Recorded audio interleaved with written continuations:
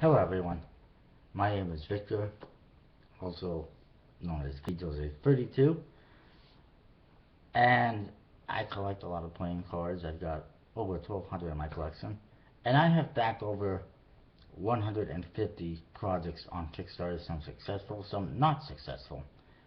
And even though I've never run a Kickstarter project, I know a thing or two about them from my experiences. And I just wanted to take this time to address some things and to basically give potential Kickstarter playing card project creators some tips on how to run a Kickstarter project. First of all, if you're going to run a project on Kickstarter, playing cards or not, you need to do some research. You need to research what the shipping costs are, both domestic and international, and to Canada. And it's not necessarily fair to charge the same amount of shipping to Canada as you would to, international to China or Europe or whatever. You need to do research with the United States Playing Card Company and or other companies like MakePlayingCards.com to figure out what your costs are going to be, how much everything is going to cost. You need to factor all that in, of course, before. You need to do all that research and get all your costs before launching the project. It is not a good idea to launch a project on Kickstarter and go, okay, I need 10,000 bucks, and then figure out the costs afterwards. Not acceptable.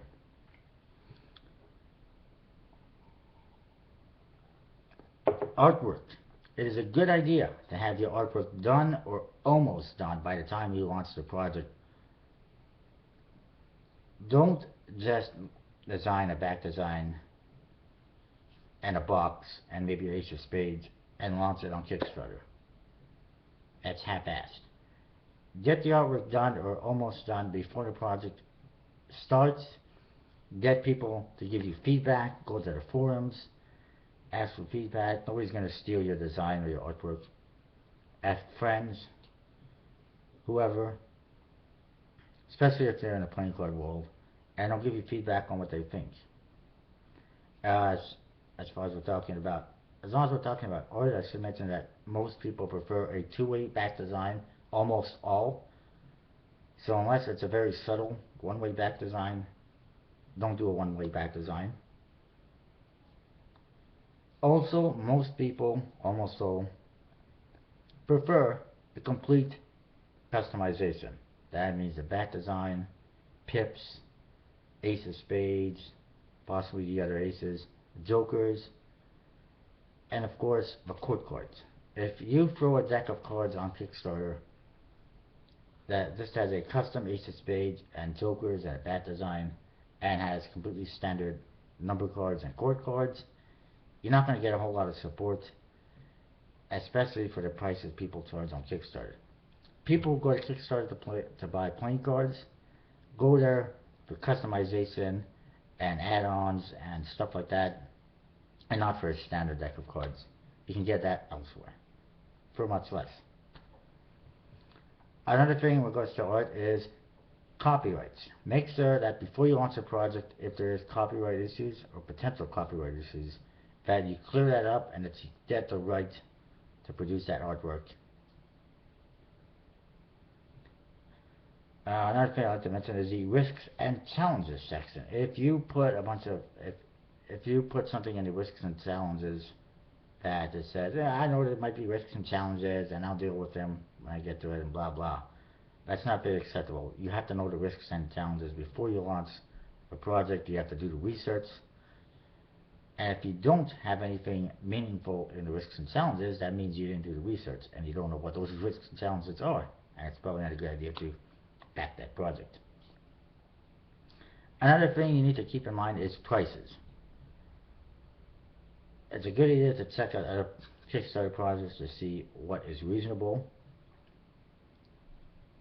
And of course to get feedback from the community. Early bird pricing is always recommended. Of course, also, if people are going to buy a brick, they don't want to pay the same price as somebody buying a single deck. So if it costs $10 for a deck, it shouldn't cost $100, $120 for a brick. It should cost less than that. The more you buy, the less it should cost, basically.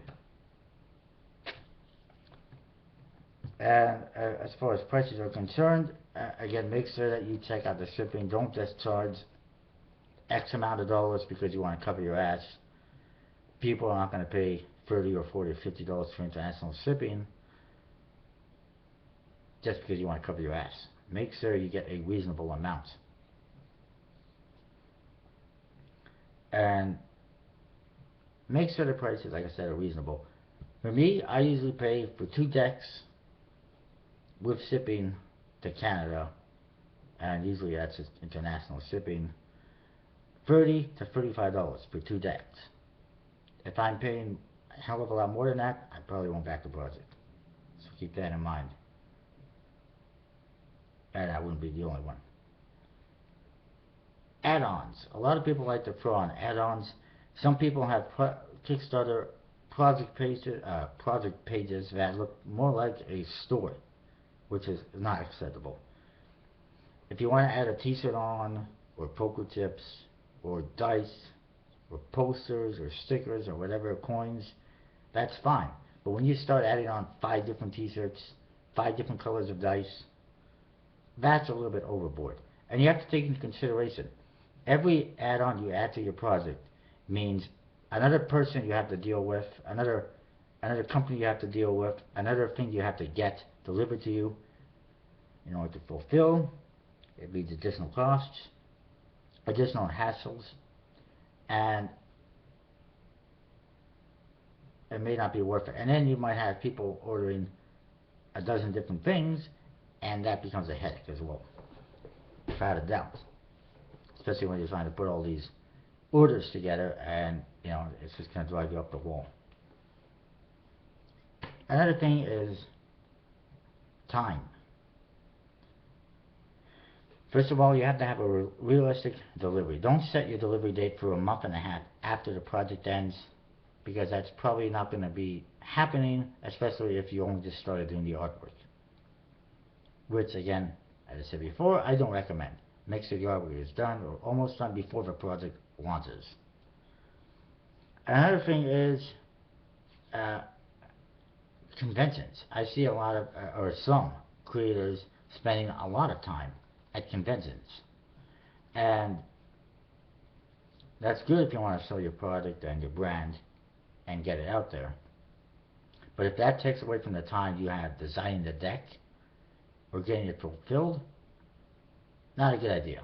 Make sure you manage your time accordingly. One thing people don't like is getting updates from people saying, oh, I haven't had time to do this or that because I've been busy at conventions, and then I got sick, and then I went to another convention, and it just gets annoying. Another thing regarding time is if you're going to launch a Kickstarter project, make sure you have the time. One thing I can't stand personally is when somebody launches a Kickstarter project, and then they start posting a couple months later after it's been fulfilled, they start posting up that saying, oh, I don't have time for this because I got school, and then I'm doing this by myself, then I'm moving, and then I have to go to a convention, haven't had time, blah, blah. Unacceptable. If you're not going to have time because of school or whatever to fulfill a project or run it, don't even bother, because you're just going to piss off everyone. And trust me, it happens. And, I mean, if you're in college, if you're going to school, don't even bother. You don't have time for it. Just keep it at that.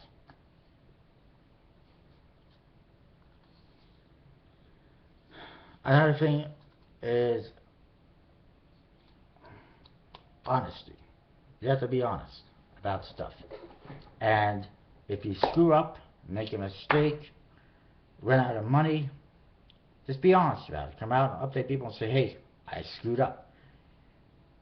There's nothing people hate more than somebody coming on Kickstarter and updating and making excuses after excuses after excuses, and delaying shipping and not shipping and getting people pissed off at them just because they ran out of funding or they screwed up or don't have time.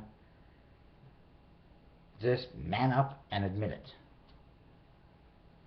Another thing we're going honestly is we've had this happen in the past before where somebody has gone on, created a project and said that they spent a year designing all this artwork and blah blah blah, and then they got caught in the butt because it turned out that artwork was mostly copy and pasted, and that killed the project.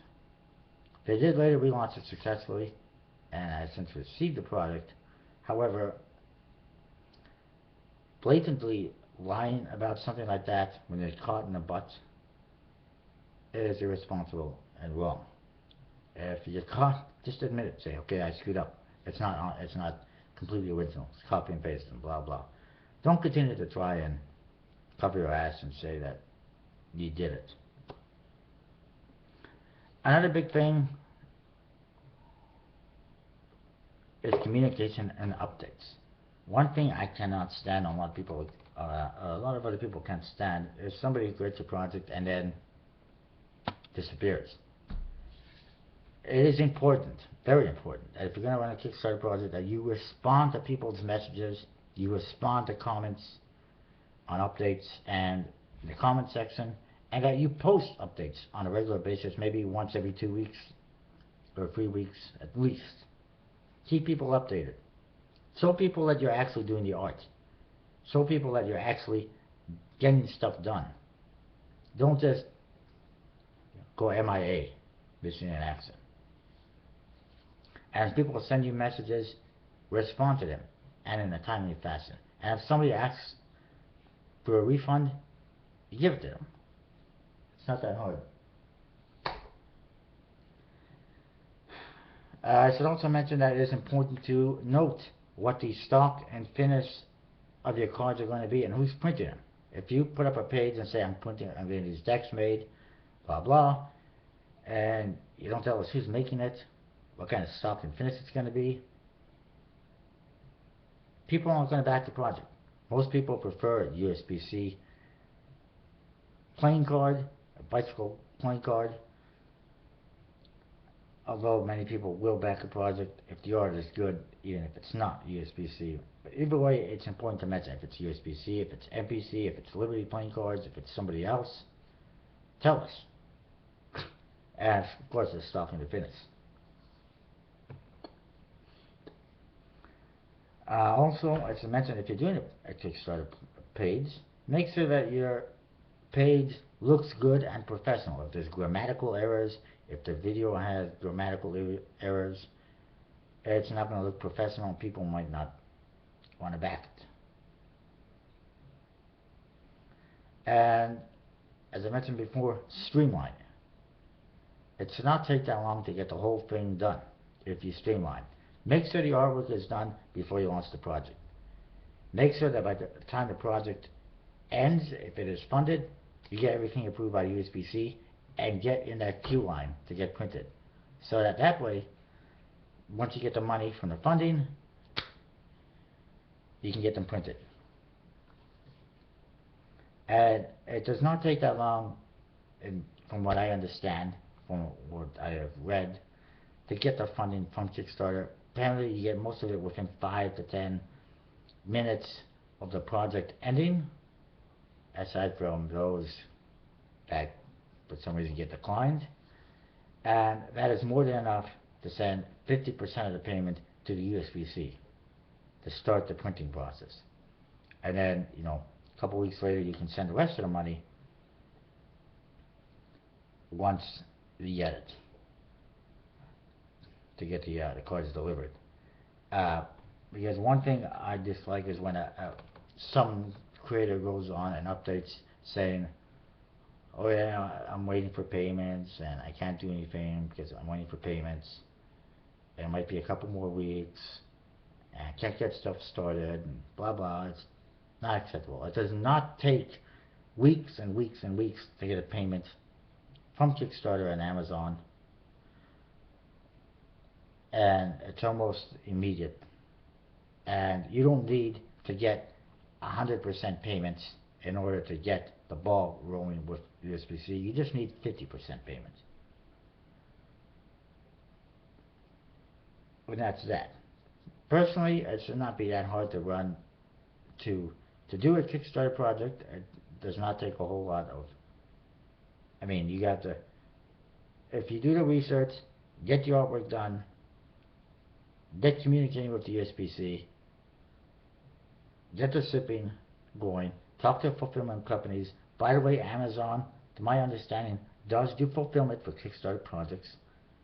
Talk to them. If you get everything dealt with, for the most part, before the project starts, and of course, before it ends, you're halfway there. And then it's just shipping and fulfillment. And make sure, if you're going to be doing fulfillment yourself, that you don't have 20 different add-ons, because that'll just be an extra hassle. And then you get help. Doing it by yourself is a nightmare, and you're not going to want to do it. But anyways, that is my opinion on how to kickstart and how to do a project on Kickstarter. Not that I've done it myself, but like I said, I've backed over 150 projects. I've seen the good, the bad, and the downright ugly. I've been scammed. I'm waiting for stuff to be delivered, which I'm never going to see. I've got projects that I backed that they take the money and have not done anything. And then I've got stuff that it's, you know, they've gone the funding and it's been done. You know, whether it be Being Poker World, Encarded, whoever, they've gotten it all done in a timely fashion, and that's how it should be done. Dragging stuff on for months and months and months and years is unacceptable, and it's ridiculous. And I should also say, if you can't get the project done, if you have problems, man up, and if you have to, just give everyone a refund. Don't keep saying, oh, I'm going to get it fulfilled and I'm going to get it out, blah, blah, blah, blah. If people are saying, hey, just refund us, give us some money back, do it. It's better for you. And you won't have to deal with the hassles. And if you do, I've heard of people complain, saying, oh, people are always complaining, sending messages, posting comments, blah, blah, blah. And I know I'm guilty of that myself a little bit. But if people are always doing that, then it says something about you and your practices, and maybe you should change something and man up and be honest and admit mistakes and blah, blah. And cancel a project and just get away from it. If you don't want to hear people complain all the time because they're waiting for packages or whatever, or because they're waiting for you to actually get stuff printed, if you don't want to deal with it, get out. Send out the packages that you got sitting at your house, get them out so that people don't have to keep whining and complaining, and so you don't have to keep BSing. And if you're having issues with getting the whole thing done and you're tired of people whining, just give up. Give them the money back and say, I give up, I screwed up, done. Don't keep holding people's packages, order money, and then not do anything or get it fulfilled. It's better to just, I don't want to say you should give up, or that everyone should give up, but it's better that if you can't deal with it, give people the money back, or just get the stuff out the door and be done with it, you know? But anyways, that's my opinion on how to kickstart. Like I said, I've seen it all, I've experienced it all, the good, the bad, and the ugly, and hopefully somebody can take something from what I've said and make their project better and get it done the right way. And hopefully in the future we'll only be seeing the good and not the bad or the ugly. See you next time.